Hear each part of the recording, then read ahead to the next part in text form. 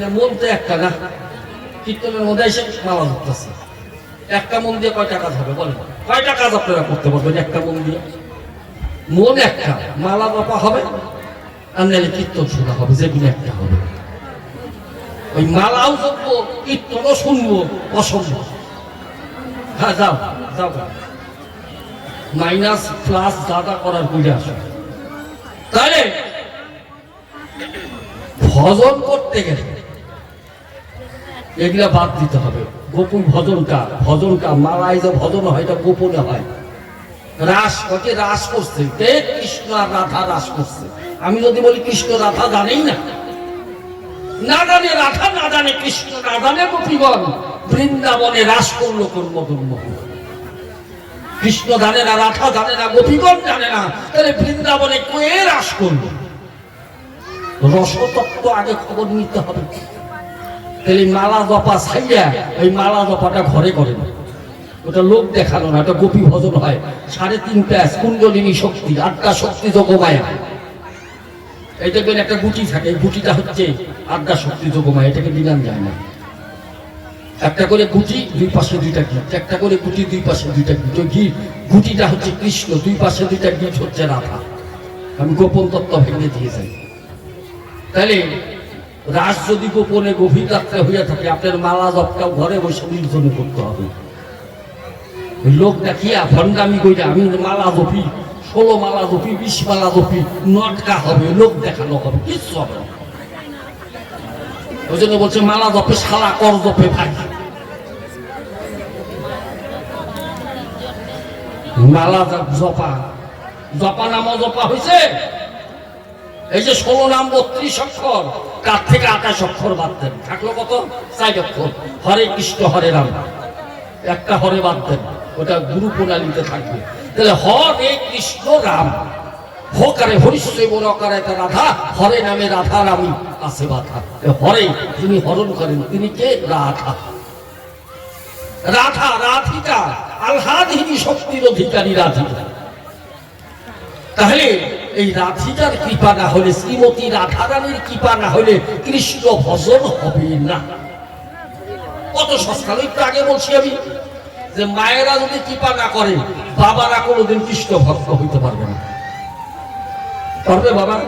মায়ের আপনার সন্ধান নিয়ে বসবে, আর মায়ের রাগারাগি ঝগড়া থাকে আরম্ভ করে দিবে। সন্ধান করেন দেখি, বাড়িতে ঘরে করেন দেখি। আপনার ঘরে স্ত্রী অশান্তি করবে, আপনি ঘরে করতে পারবেন নাম জপ? হবে না। স্ত্রী যদি সহায় না থাকে কোনোদিন কৃষ্ণ নাম হয় না। রাধারানীর বংশ হচ্ছে এরা, আগে এদের চরণ ধরতে হবে। কেন? মনে রেখেন, যেদিন আপনি সেদিন মানুষ, খুব গভীর একটা তত্ত্ব বলি, আপনি সেদিন মানুষ যেদিন আপনি নিজের চরণে নিজে ফুল দিয়ে নিজেকে পূজা করতে পারবেন। পারবেন? আপনার ফুল দিব, নিজের চরণে দিয়ে আপনি পূজা করতে হবে। যদি বলেন এটা কেমন কথা বলেন, কেন পারবেন না? আপনার ভেতরে ভগবান নাই? আপনার ভেতরেও তো সূক্ষ্ম আত্মারূপে ভগবান আছে, কার পূজা করেন? আর এই নারী খালি ভোগের বস্তু দেখলে হবে না। তাই রামকৃষ্ণ পরমহংসদেব ফুল, চন্দন, বেলপাতা নিয়ে ওই শারদা মুনির চরণে দিয়ে বলছিল, সর্বমঙ্গলে মঙ্গলে শিবে সর্বার্থ সাধিকে শরণ্যে ত্র্যম্বকে গৌরী নারায়ণী নমস্তুতে। মাতৃরূপে নিজের স্ত্রীকে পূজা করেছিল রামকৃষ্ণ পরমহংসদেব। তাহলে কেন? যে আমার কামটাকে জব্দ করতে হবে। যতক্ষণ দেহে কাম আছে ততক্ষণ প্রেম হবে না। কাম থাকলে প্রেম হয় না। তাহলে বাবা কাম যদি মেরে ফেলি তাহলে শরীরটা নষ্ট হয়ে যাবে। তাহলে কামকে কি করতে হবে? বহির্মুখী আছে, এটাকে অন্তর্মুখী করতে হবে। যেমন একই আম, বৈশাখ মাসে কাঁচা টক সবুজ রং থাকে। আপনাদের আম বাগান অনেক আছে, দেখবেন বৈশাখ মাসে টক ডাল খেয়ে আম দিয়া, জন্মের টক খাইলে উকুন যা আছে সব পড়ে যায়। ঢেলা আপনি যদি নিট আছে না, সব পড়ে যাবে। এত টক রঙের কি সবুজ রং টক। এই আমটা একই আম, রেখে দেন গাছে, খাবেন না। জ্যৈষ্ঠ মাসের জামাই ষষ্ঠী পার হয়, ওই রং কিন্তু আর সবুজ থাকে না, পেটে হলুদ হয়ে যায়। পেটে হলুদ হয়, আর ওই আম মুখে দিলে অমৃতের মতো মিষ্টি স্বাদ লাগে, তখন মিষ্টি হয়। একই আম। কাঁচায় টক, পাকলে মিষ্টি। তাহলে কাঁচা কোনটা? যখন আমার এই রিপু বহির্মুখী থাকে তখন এটা কাম বলে। যখন গুরুর কাছে সন্ধান জেনে এই কাম রিপুকে অন্তর্মুখী করতে পারবেন তখন ওই কাম প্রেমে পরিণত হবে, তখন সেই কাম ঊর্ধ্বগতি হবে। এই দ্বিদল পদ্মে রাধা গোবিন্দের দর্শন জীবের এমনি হয়ে যাবে। এই তত্ত্বটা আগে জানতে হবে। তত্ত্ব কারে কয়? কি তত্ত্ব? নামেব তত্ত্ব, নামেব তত্ত্ব, হরির নাম ওই তত্ত্ব। তত্ত্ব আগে জানতে হবে। তত্ত্ব না বুঝে আপনারা হিসাব করে চলেন, যান বাইর থেকে বাই যাবেন। গরু যদি আপনার সামনে হাসি দেয়, মনে রাখবেন 6 মাসের বেশি বাঁচবেন না। যদি কোনো গরু আপনার সামনে হাসি দেয়, গ্যারান্টি আপনি লিখে রাখতে পারবেন 6 মাস আপনার আইন, 6 মাসের মধ্যে আপনার মৃত্যু হবে। আয়নায় মুখ দেখেন, ভালো করে দেখেন। আপনার মুখটা যদি বিকৃত দেখা যায়, আপনার মুখটা যদি বিকৃত দেখা যায় 3 মাসের বেশি আপনি বাঁচবেন না। যদি হাইটা দেখে আপনার ছায়া না দেখেন, আমার ছায়া পড়ছে কিন্তু সবারই ছায়া, যদি ছায়া শ্বাস হবে 24 ঘন্টার মধ্যে লোকটার মৃত্যু হয়ে যাবে। ঠিক আছে, গুরুর কাছে যে ভজনের ঘরে যে জানতে হবে তো, না যাই না ওইখানে মালা টপকাইলে আর তিলককে কইরা আমার মতো মোটা মালা গলায় মধ্যে পিত্তার বেল বলে কি বাইরে সাজাইতে হবে না, ভিতরটা সাদা। মনের মতো শয়তানি বুদ্ধি, আর বাইরে আমি করি গুছাই দিই, তো গুছাই দিই, কোনো কাম হবে না। গুছাইতেও যাবে, শিষ্যও যাবে, গুছাইতোটা কষাই। তাহলে মনে রাখেন যে এই যে তত্ত্ব, প্রত্যেকটা পদক্ষেপে তত্ত্ব আছে। প্রত্যেকটা পদক্ষেপে বসুমতী, এই যে ধরত্রী বসুমতী, আমি হেঁটে যাচ্ছি, কয় পা হেঁটে যেতে পারবো? ভজনটা কয় পাই? ভজন করবেন কয় পায়ে? ভজন ভোগ দিতে যান, কতক্ষণ ভোগের ঘরে থাকবেন? কতক্ষণ থাকবেন? যদি কয় 15 মিনিট, 20 মিনিট, 50 মিনিট। আজ থেকে 5000 বছর আগে ঘড়ির আবিষ্কার হয়েছে কি বলেন? তখন তো ভোগ দিতে করবে, তখন তো ঘড়ি আবিষ্কার হয় না। হাম্মকি কাম করলে হবে না। শাস্ত্রে লেখা আছে গোদহন কাল পর্যন্ত ভোগের ঘরে থাকতে হবে। গোদহন মানে গরু দুয়াইতে যতক্ষণ টাইম থাকে ততক্ষণ সময় আপনি ভোগের ঘরে থাকবেন। এর বেশি ভোগের ঘরে থাকা যাবে। সারাদিন বুঝা ভোগের ঘরে থাকবে, একটা ভোগ রাখ দিয়ে গোড়াগুড়ি পারিলে ভোগ হবে না। বেলা 4টার সময় ভোগ দিলাম মহাপ্রভু, তারপরে একটা কীর্তন করতে 3 ঘন্টা যায়, মানুষের সকাল থেকে নাকিয়া থাকে, আর কি যা গ্যাসে ডুবি হয়ে যায়। তখন আর প্রসাদ খাইতেও পারে না, ওই খাইলেই গলা মুখ জ্বলে বমি টমি করে অস্থির হয়ে যায়। না বাবা, ভোগ রাগ, এখানে রাগ সম্পর্ক অনুরাগের সম্পর্ক করতে হবে। রাগ অনুরাগ ভাব, মহাভাব, অধীর মহাভাব, মাদকাক্ষ মহাভাব। রাধারানীর সাথে কৃষ্ণের যে ভাব হইতো, আগে ভাব, ভাবের পরে মহাভাব, মহাভাবের পরে স্তর উন্নীত হলে অধীর মহাভাব, তারপরে আসে মাদনাক্ষ মহাভাব। যে মাদনাক্ষ মহাভাবে ভাবিত হওয়ার পরে রাধারানীর চরণে গোবিন্দ দাস লিখে দিয়েছিল, গীত গোবিন্দে জয়দেব সেটা কলম দিল। স্মর গরল খণ্ডনম মম শিরসি মণ্ডনম দেহি পদবল হব মুতারম। হে রাধারানী, তুমি আমার প্রেমের গুরু, তোমার চরণ আমার মাথায় দাও। বুঝছেন? একটু আগে বললাম যে নিজের চরণে ফুল দেন, স্বয়ং গোবিন্দ ভক্তবতী রাধারানীর চরণ মাথায় নিয়েছিল। এই জায়গাটায় যেতে হবে। এই জায়গাটায় যতক্ষণ যাইতে না পারবেন, তাহলে আপনার ঘরেই তো রাধারানী আছে। সেই ভাব নিয়ে, সেই শুদ্ধতা নিয়ে, সেই পবিত্রতা নিয়ে ওই বাইরে মা কালীর পূজা করতে হবে না, ঘরের মা কালীর পূজা করে। রানা কুম্ভ, তুমি তোমার স্ত্রীকে চিনো না, তুমি মা কালীর পূজা করো। ঘরের গিন্নি ঘরে নাই, গুরু ভজবে কে? ঘরের গিন্নি যদি ঘরে না থাকে, গুরু ভজন করা হবে না। আগে ঘরের গিন্নিকে বাঁচাও, জাগাও, ঘরের গিন্নির সঙ্গে ভালোবাসা করো। থাকলে ঘরের গিন্নির সঙ্গে ভালোবাসা ঘটি বাটিয়ে রাখতো মাইজা। একটা পোড়া পৈরান খালির কোমর ভেঙ্গা সবই গেছে উল্টে। খুব গুরুতর কথা। তাহলে ঘরের গিন্নিটার সাথে আগে ভাব ভালোবাসা। ঘরের গিন্নির সাথে যদি ভাগ ভালোবাসা হয় তো বাইরের কালী পূজা করতে হবে না। রানা কুম্ভ, তোমার দেহের মধ্যে চতুর্দল মধ্যে মূলাধার চক্রে মহাকুণ্ডলী শক্তি রূপে আজ্ঞা শক্তি যোগমায়া কালী রূপে দাঁড়িয়ে আছে, তার চরণে ফুল দাও।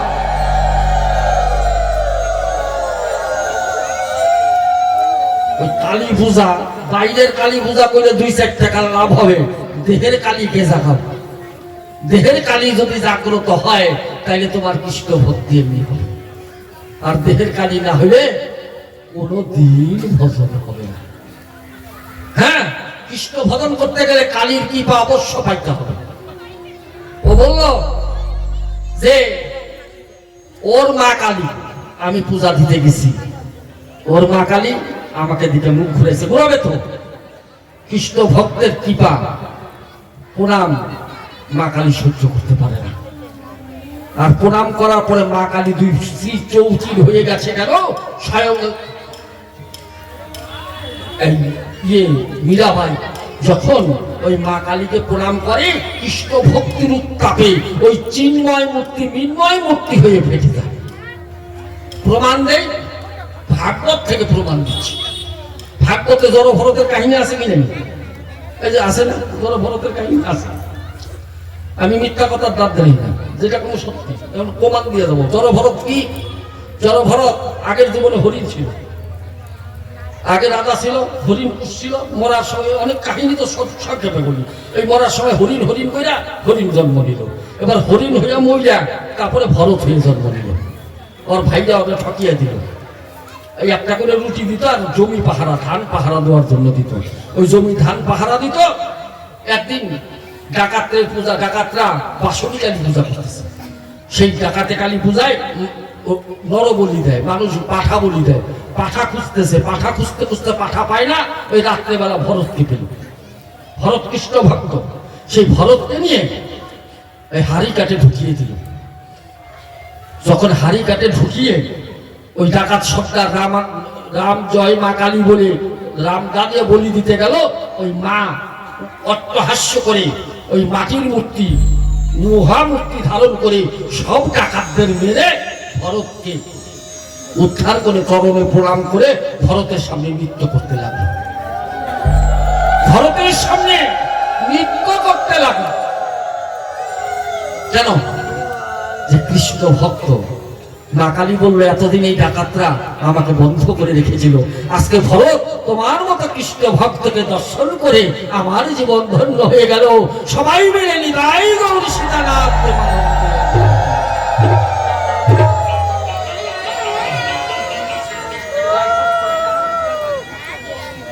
তাহলে বাবা, এই যে সেই রকম মা কালী ফেটে গেল।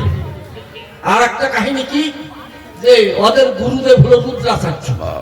এই মীরাবাইয়ের বিয়া উপলক্ষে, রানা কুম্ভর বিয়া উপলক্ষে 1008টা পাঠা বলি দিচ্ছে। 1008টা পাঠা বলি দিয়ে তার রক্তে বেলপাতা চুপিয়ে মা কালীকে নিবেদন করছে। সেই রক্ত মাখা ফুল বেলপাতা যখন ওই মীরাবাইয়ের হাতে দিল, মীরাবাই বলল, আমি এই হিংসার বেলপাতা গ্রহণ করবো না। যে মা নিজের সন্তানের রক্ত পান করে, ওটা মা না, ওটা রাক্ষসী, ওটা মা না। শোনেন, ওই মানুষেরও বাচ্চা ওইটাও মা। একটা ছাগল, একটা পাঠা, একটা গরু, তাদের বাচ্চাও তো মা আছে না? মা তো একই, মা একই। তাহলে মা কালী কি করে একটা পশুটা, ওই পাঠাটাও তো মায়ের সন্তান, তার রক্ত কি করে মা গ্রহণ করে? ওই হিংসুটি, ওই রাক্ষসী মায়ের রক্ত দেওয়া বেলপাতা আমি গ্রহণ করবো না। তাই মীরাবাই গ্রহণ করেনি। পাঠা বলি দিবা, এই রানা কুম্ভ, তুমি পাঠা বলি দিবা, তোমার দেহের পাঠা বলি দেবা, বাইরের পাঠা বলি দিতে বলে নাই। দেহে যে কামরূপী পাঠা আছে, সেই কামরূপী পাঠাকে জ্ঞান খর্গ দিয়ে মায়ের কাছে বলি দিতে বলছি।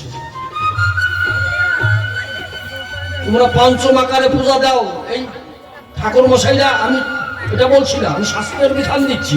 বলছে মাছ মাংস মদ, মাছ মাংস মদ গাঁজা মুদ্রা দিয়ে পূজা দিতে। আপনার ঘরের বউ বা মা যদি মদ খায় আপনার ভালো লাগবে? ভালো লাগবে দাদা? আমার ঘরের বউ, আমার ঘরের মেয়ে, আমার ঘরের মা যদি মদ খায় ঠকঠকিয়া, ভালো লাগবে? দাদা খায়, ভালো লাগবে? তাহলে আমার মা কালী কি করে মদ খায়? কোন শাস্ত্রে আছে? কালিকা পুরাণে আছে কোন মানুষ যদি মায়ের কাছে একটা জীব হত্যা করে, যতদিন চন্দ্র সূর্য থাকবে ততদিন তার নরকবাস হয়। মাছ কোনটা? এই যে নাসিকায় শ্বাস কত? ২১,৬২০ বার। গভীর তত্ত্ব শুনে ১২ আঙ্গুল শ্বাসের গতি, এটা ১২ আঙ্গুল মাছ। ১ আঙ্গুল করে শ্বাস কমান, গুরুর কাছে সন্ধান দিন। ১ আঙ্গুল শ্বাস কমান, একাগ্রতা বাড়বে। ২ আঙ্গুল শ্বাস কমান, দ্বিদল পদ্মে গোবিন্দ দর্শন হবে। ৩ আঙ্গুল শ্বাস কমান, তিতাব জ্বালা দূরীভূত হবে। ৪ আঙ্গুল শ্বাস কমান, ৪টা মাছ খাওয়া হবে, চতুর্বেদ অধ্যয়ন হবে। ৫ আঙ্গুল শ্বাস কমান, ৫টা মাছ খাওয়া হবে। পঞ্চবার মদন মাদন শোষণ স্তম্ভন বশীভূত হবে। ৬ আঙ্গুল শ্বাস কমান, ৬টা মাছ স্মরণীপুর কৃপা হবে। ৭ আঙ্গুল শ্বাস কমান, শপথ সপ্ত সাগর পার হবে। ৮ আঙ্গুল বাস খাওয়া হবে, ৮টা মাছ খাওয়া হবে, অষ্টবসুর কৃপা হবে। ৯ আঙ্গুলে ৯টা মাছ খাওয়া, নববিধা ভক্তির উদয় হয়। ১০ আঙ্গুল শ্বাস কমাইলে ১০ ইন্দ্রিয় বশীভূত হয়। ১১ আঙ্গুল শ্বাস কমাইলে একাদশ রুদ্র কৃপা হয়। আর ১২ আঙ্গুল শ্বাস কমাইলে দেহে আর শ্বাস হয় না। ওই যে বাউল গানে বলে, যাদের গায়ে চাঁদ লেগেছে গানে, ঘর আছে তার দুয়ার নাই, লোক আছে তার বাক্য নাই, কে তারে আহার যোগায়, কে দেয় সন্ধ্যাবাতি। ১২ আঙ্গুল শ্বাস কমাইলে সে মরার মতো পড়ে যায়। এই দেহটা একটা মাংসপিণ্ডের মতো পড়ে থাকে। তখন এই দেহটার কোথায় দুয়ার? এই দেহটা তো আছে, উঠান আছে, দুয়ার নাই। ঘর আছে, দুয়ার নাই। যখন মহাভাব হয় তখন মরার মতো পড়ে থাকে, লোক আছে কিন্তু মুখে বাক্য নাই। তাহলে এই দেহের মধ্যে কে সন্ধ্যাবাতি দেয়? কে দেয়? তাহলে বাবা এই ১২ আঙ্গুল শ্বাস কম ছিল মহাপ্রভু, একটা মাংসপিণ্ডের মতো জলের মধ্যে পড়েছিল, সাগরের জলে। নিত্যানন্দ ওই জেলেকে দিয়ে উঠিয়ে তার চতুর্পাশে কৃষ্ণ নাম করে, তখন মহাপ্রভুর দেহটা আবার প্রকটিত হয়। সেই মহাভাব যেদিন আমার দেহে হবে, সেদিন অপ্রাকৃত রাধা কৃষ্ণ প্রেম আমার দেহে জাগরিত হবে। এটা হলো বড় কথা। এটা মাছ খাওয়া, মাংস খাওয়া, নিজের জবানটাকে সত্যি রাখার নাম হলো মাংস খাওয়া। গাঁজা খাওয়া, সিদ্ধি খাওয়া। সিদ্ধির দেশে যান, স্থূল প্রবর্ত সাধক সিদ্ধি, ৪টা দেশ আছে। স্থূল প্রবর্ত সাধক সিদ্ধি, এই সিদ্ধির দেশে যখন যাবেন তখন গাঁজা খাওয়া হবে। আর আবল তাবল কইয়া ওই রাস্তার ঘাটের মাছ মাংস খাইতে বলছে নাকি? হ্যাঁ, এগুলা খাইতে বলে নাই। ভজনের ঘরে যাও, তাই ভজনের ঘরে না গেলে কখনো হবে না। তাই এই হলো তোমার কথা। এই কারণে আর একটা কথা বলছি, আমি ভাই, হ্যাঁ আমি ভাই, আমি বেশ্যা, ঠিকই তো বলছি। আমি ভাই, আমি কৃষ্ণ বাজারের ভাই, আমি কৃষ্ণ বাজারের ভাই। যাই হোক, এই পর্যন্ত উত্তর। এইবার একটা গান গায় কালীপদ গোস্বামী, তারপরে আসস্ত।